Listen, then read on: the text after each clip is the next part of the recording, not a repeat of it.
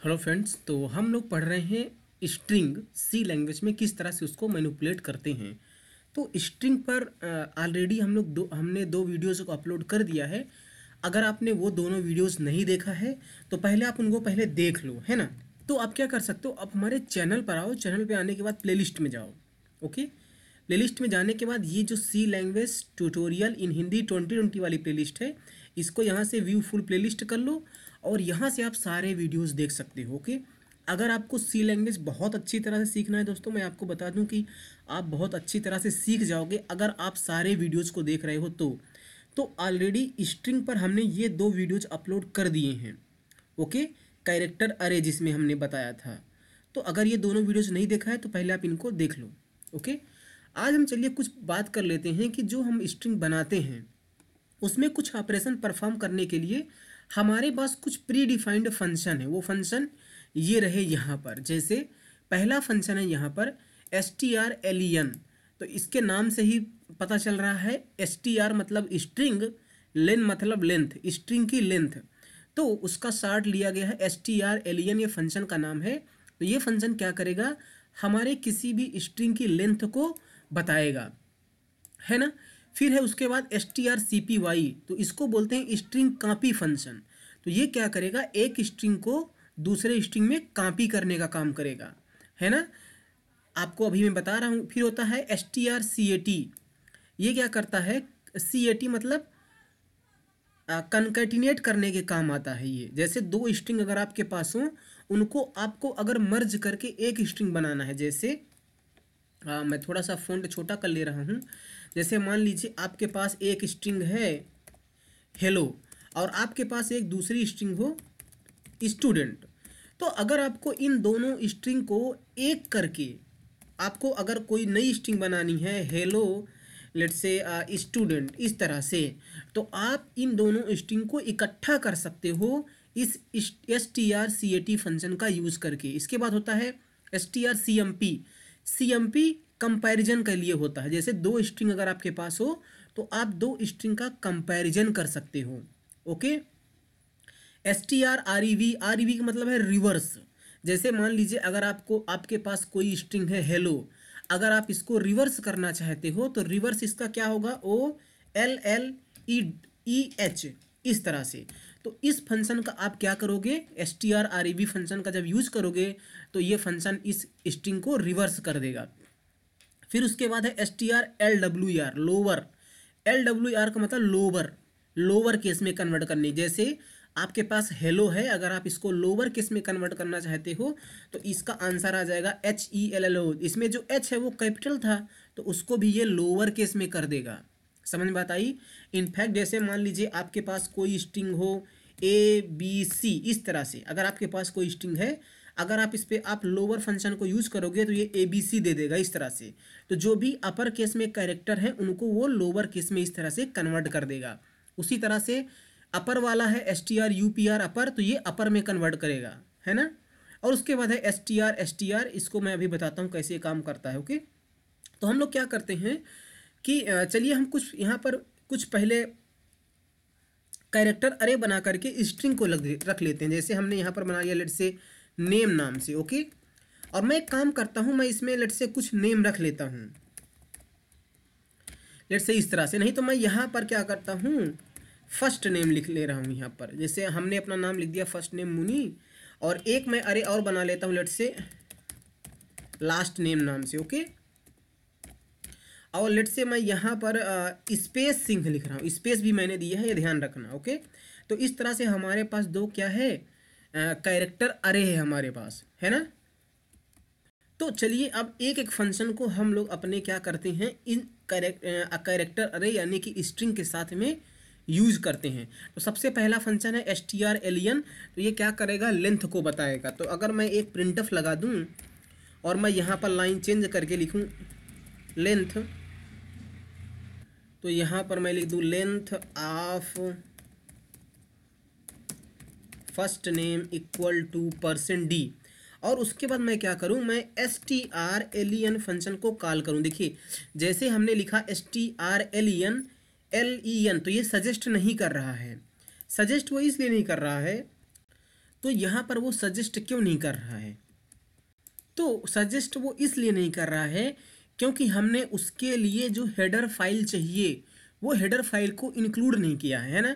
हमें बहुत अच्छी तरह से पता है कि जो भी प्री डिफाइंड चीज़ें हम लोग यूज़ करते हैं प्रोग्रामिंग में, सी लैंग्वेज में, तो उन प्री डिफाइंड चीज़ों का डिक्लेरेशन जिस भी हेडर फाइल में होता है उस हेडर फाइल को हमें क्या करना पड़ता है? इंक्लूड करना पड़ता है। इसका मतलब अगर आप इन फंक्शन को यूज करना चाहते हो तो इन फंक्शन का डिक्लेरेशन जिस भी हेडर फाइल में है उस हेडर फाइल को आपको क्या करना पड़ेगा? इंक्लूड करना पड़ेगा। और जिस हेडर फाइल में इन फंक्शन का डिक्लेरेशन है वो उस हेडर फाइल का नाम है string dot H header file. तो मैं यहाँ पर लगाऊंगा हैश इंक्लूड स्ट्रिंग। देखिए यहाँ पर string dot H header file बता रहा है ना, तो उसको हमने इंक्लूड कर लिया। अब जैसे हमने इंक्लूड कर लिया तो हमने दबा दिया कंट्रोल स्पेस, तो देखिए यहाँ पर strlen सजेस्ट कर रहा है। ओके, और इस फंक्शन को कॉल करके इसमें उस अरे का नाम पास करना पड़ता है, कैरेक्टर अरे का नाम। जैसे हमें अगर फर्स्ट नेम की लेंथ निकालनी है मुनि की, तो मुझे इस अरे का नाम जो है फर्स्ट जो अरे का नाम है वो मुझे यहाँ पर पास करना पड़ेगा इस तरह से। तो हमने यहाँ पर अरे का नाम पास कर दिया और हमें पता है कि अरे का नाम लिखना अरे के बेस एड्रेस लिखने के बराबर होता है। बेस एड्रेस क्या होता है? इस अरे के पहले वाले ब्लॉक का एड्रेस है ना। तो हमने अरे का नाम सिंपली पास कर दिया। तो जो भी इसकी लेंथ होगी फर्स्ट नेम में जो भी स्ट्रिंग रखी गई है उस स्ट्रिंग की जो भी लेंथ होगी ये फंक्शन रिटर्न करेगा। अब अगर ये फंक्शन रिटर्न करेगा तो वो प्रिंट हो जाएगा, है ना।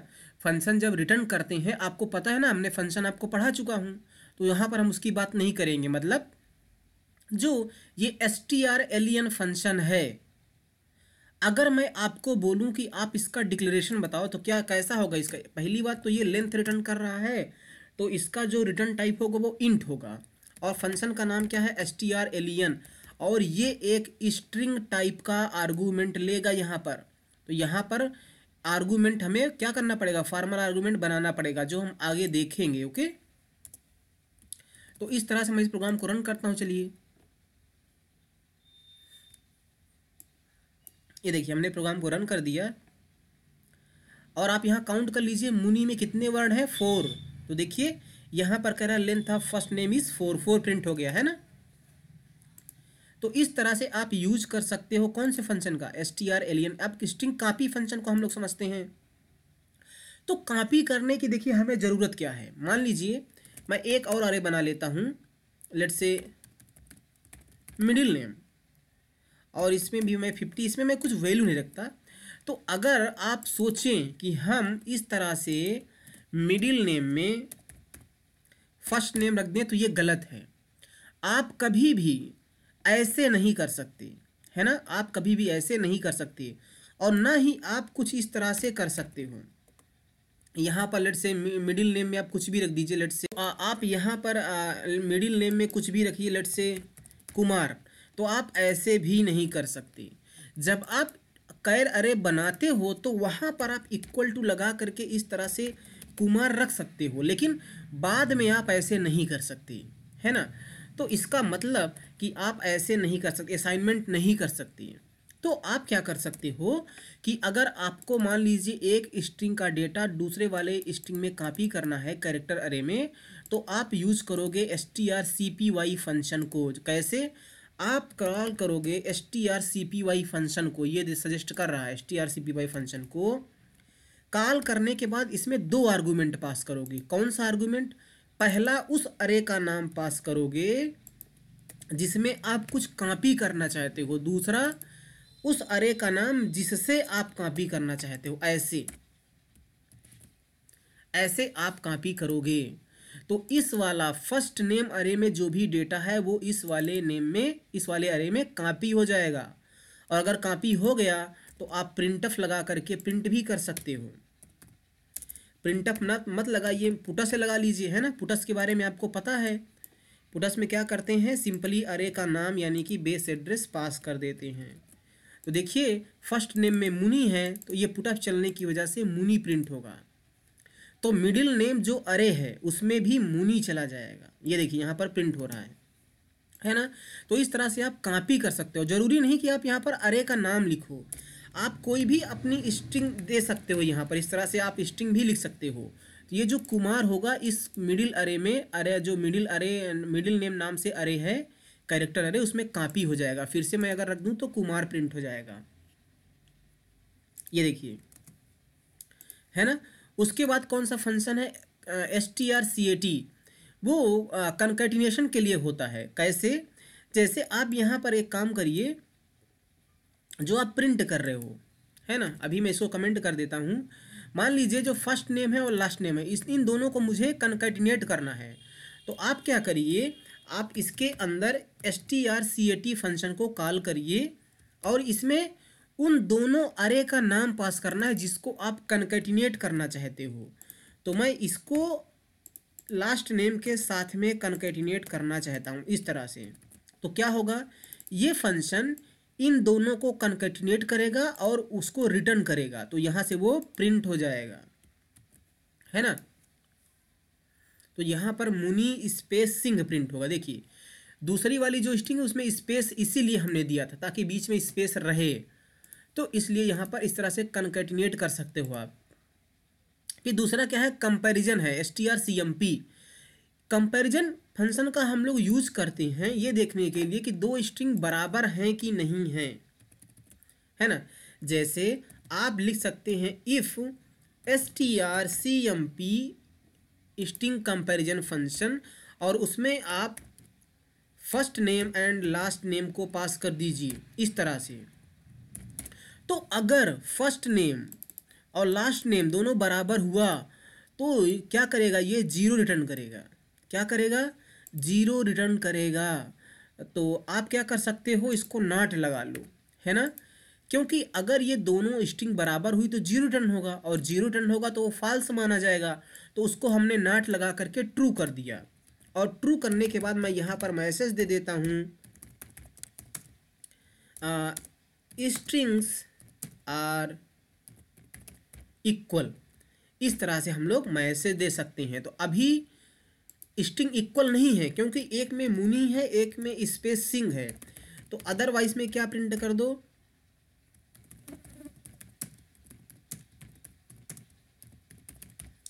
स्ट्रिंग्स आर नॉट इक्वल कर दो, है ना।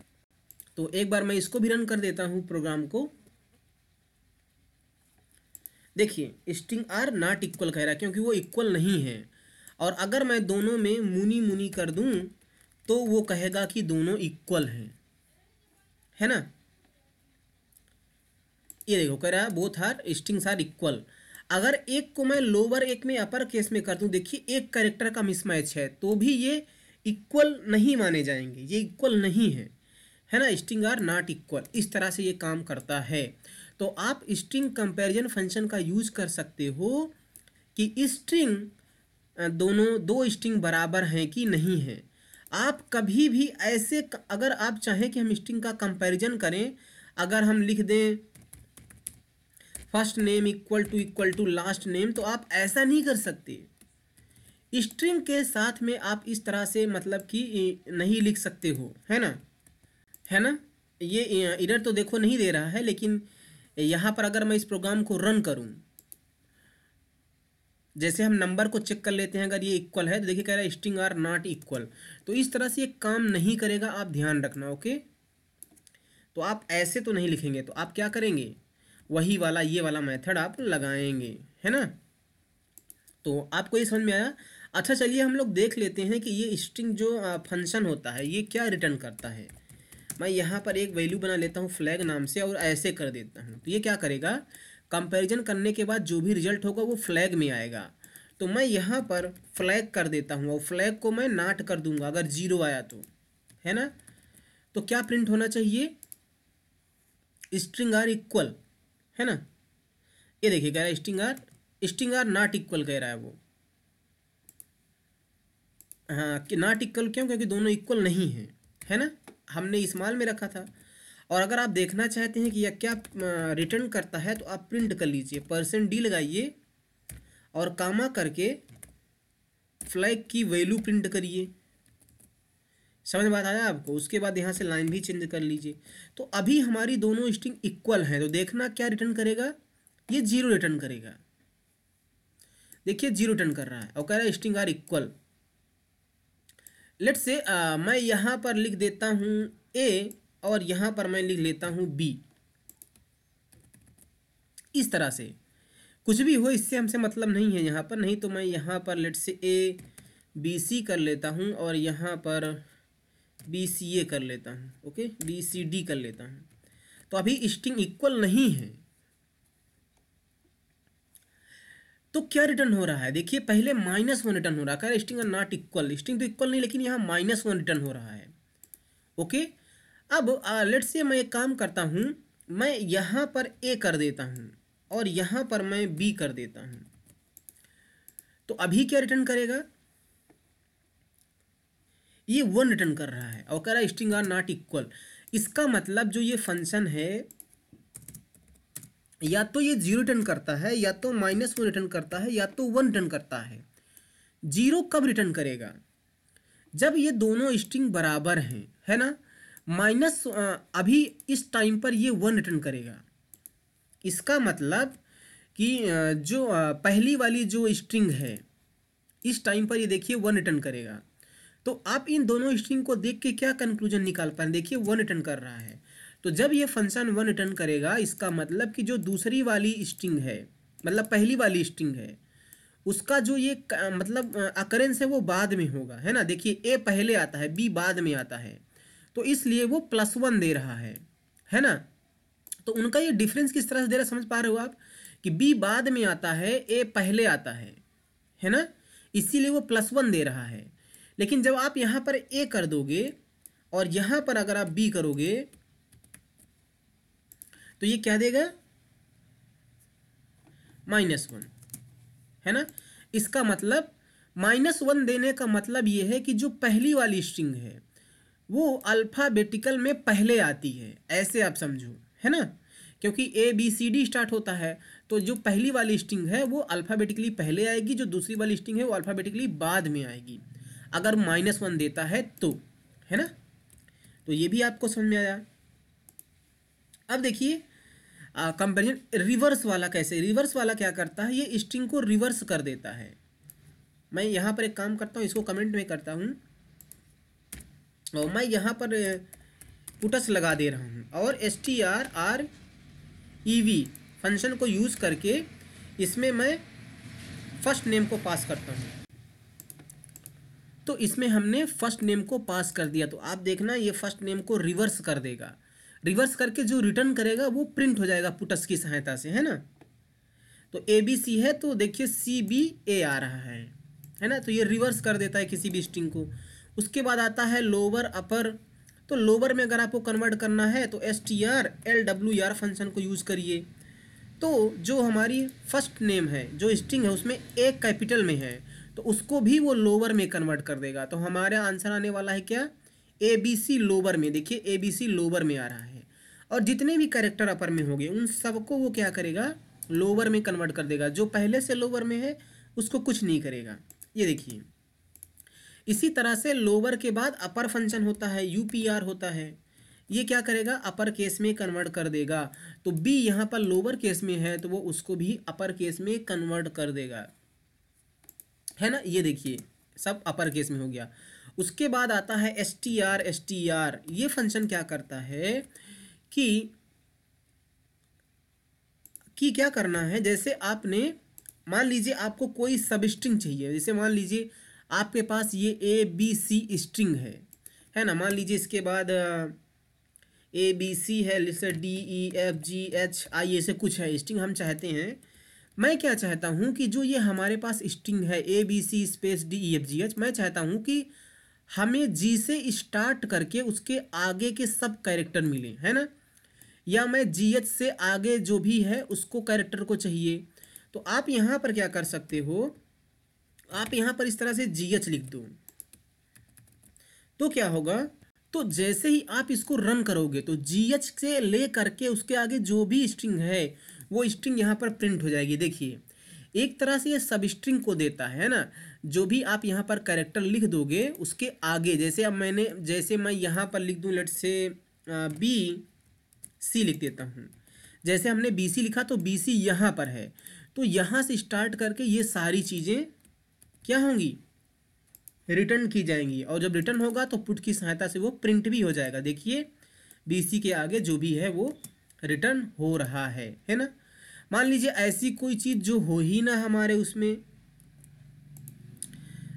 जैसे हमने यहाँ पर लिख दिया लेट से C, क्या हमारे इस स्ट्रिंग में C कहीं पर है? ये देखिए C यहाँ पर है, तो इस C के आगे जो भी कुछ है यहाँ पर आ गया, है ना। जैसे मैं यहाँ पर लिख देता हूँ CC, तो क्या होगा, डबल C क्या हमारे इस स्ट्रिंग में कहीं पर है? नहीं है, तो कुछ भी नहीं आया, है ना। तो इस तरह से ये वाला फंक्शन काम करता है। ओके, तो आई होप आपको ये पूरा फंक्शन समझ में आ गया होगा और आप स्ट्रिंग पर काम कर लोगे, है ना। तो हालांकि इतना ज़्यादा इसको यूज़ नहीं करते हैं अक्सर लोग। आप C लैंग्वेज पढ़ने के बाद C++ पढ़ोगे तो वहाँ पर आप और भी स्ट्रिंग में बहुत ज़्यादा चीज़ें सीखोगे, और वही हम लोग यूज़ करते हैं अक्सर। ओके, तो वहाँ पर आप देखोगे कि आप बहुत सारी चीज़ें कर सकते हो। C लैंग्वेज में आप क्या नहीं कर सकते। C लैंग्वेज में देखिए जो स्ट्रिंग का कॉन्सेप्ट ना, उसमें बहुत ज़्यादा आपको काम करना पड़ता है। जैसे पहली बात, अगर आपको किसी अरे में वैल्यू को रखना है तो आप इस तरह से कुछ भी असाइन नहीं कर सकते, ये गलत है ना। अगर आपको दो स्ट्रिंग को कंपैरिजन करना है तो आप नहीं लिख सकते। जैसे अगर आप लिखना चाहें first name equal to last name, इस तरह से कहीं पर भी इफ़ कंडीशन में आप इस तरह से आप चेक नहीं कर सकते। अगर आपको कहीं देखना हो कि पहली स्ट्रिंग ग्रेटर देन दूसरी स्ट्रिंग है, आप रिलेशनल ऑपरेटर इस तरह से यूज नहीं कर सकते। तो जो भी ऑपरेटर्स हैं आप उनको कैर अरे के साथ में यूज नहीं कर सकते। और ये थोड़ा क्वाइट थोड़ा ये है, मतलब होना चाहिए था ये सारी चीज़ें, लेकिन क्योंकि इसका एक एक्सटेंशन भी है C++, तो उसमें आप ऑपरेटर्स को यूज कर सकते हो, जो आप देखोगे बहुत आगे, है ना, जब आप C++ पढ़ोगे। खैर, अगर आप C++ पढ़ना चाहते हो तो अगर आपको C लैंग्वेज आती है तभी आप C++ पढ़ो, है ना। C++ पर ऑलरेडी मैं वीडियो बना चुका हूँ। ओके, आप यहाँ प्लेलिस्ट में आइए और ये देखिए जो C लैंग्वेज वाली है, ये देखिए C++ ट्यूटोरियल इन हिंदी 2020, इसमें 108 वीडियोज़ हैं। आप इसको एक्सेस करो।